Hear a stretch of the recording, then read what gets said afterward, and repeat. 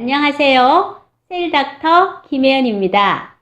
여러분, 정말 물만 마셔도 살이 찌시는 분들이 실제로 존재할까요?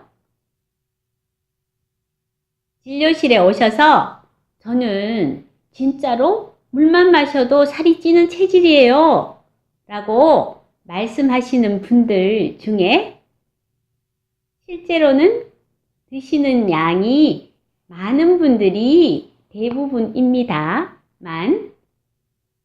진료를 하다 보면 가끔 정말 물만 마셔도 살이 찌시는 분들을 볼 수가 있습니다.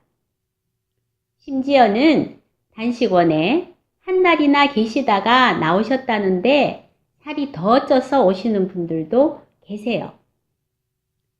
일반적으로 사회에서 살이 찐 사람들을 볼 때는 저 사람은 게으르고 자기 관리를 못하는 사람이야 라는 시선으로 보기 때문에 이분들의 내면에는 불안과 우울이 깔려 있는 경우가 많아요. 제가 진료를 하면서 살을 빼러 오시는 분에게 꼭 물어보는 게 있어요. 그동안 다이어트를 몇 번이나 하셨냐? 라는 거죠. 이때 환자분께서 이번이 처음 하는 다이어트예요 라는 말씀을 하시면 전 너무 기뻐요.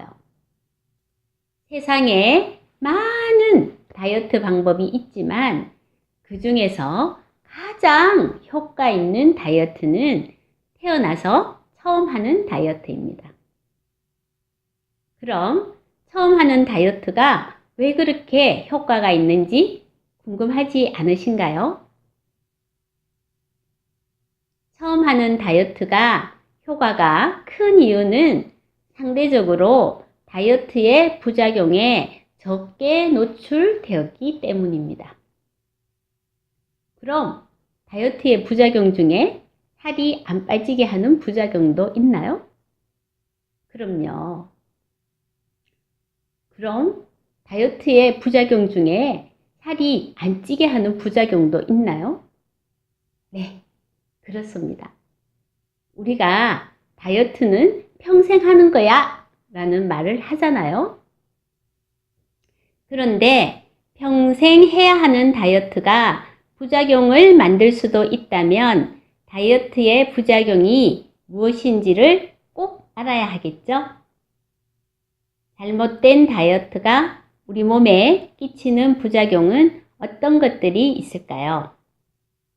다이어트로 인해 우리 몸에서 일어날 수 있는 부작용은 첫 번째, 대사 속도의 저하, 대사의 이상. 두 번째, 골 밀도의 감소. 이것은 뼈가 점점 물러진다는 겁니다. 세 번째, 탈모. 네 번째, 생리불순. 다섯 번째, 요요 등이 있습니다. 그럼 첫 번째, 대사 속도의 저하, 대사의 이상에 대해서 말씀드릴게요. 반복적으로 다이어트를 하시면 아무래도 드시는 음식들의 영양소가 부족해지므로 대부분 대사의 속도가 느려질 가능성이 높습니다. 대사라는 말은 섭취한 음식물을 위와 장에서 잘 분해해서 에너지를 내는데 사용하는 전 과정을 이야기하는데 이 대사의 속도가 늦다는 것은 차가 느리게 주행한다는 말로 이해하셔도 돼요.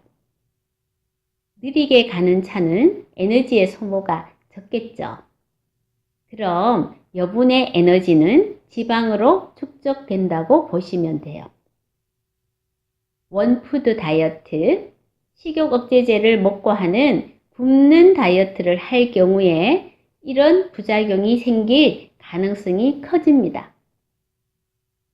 그래서 다이어트를 반복할수록 점점 더 살이 찌는 몸으로 변해가는 것이고 비만 환자는 영양이 과다한 것이 아니라 오히려 영양 실조가 많다고 말씀드려요. 반복된 다이어트로 인해서 이런 비만의 늪에 빠지는 우를 범하셔서는 안 되겠어요. 나머지 다이어트의 부작용에 대해서는 내일 다시 말씀드릴게요.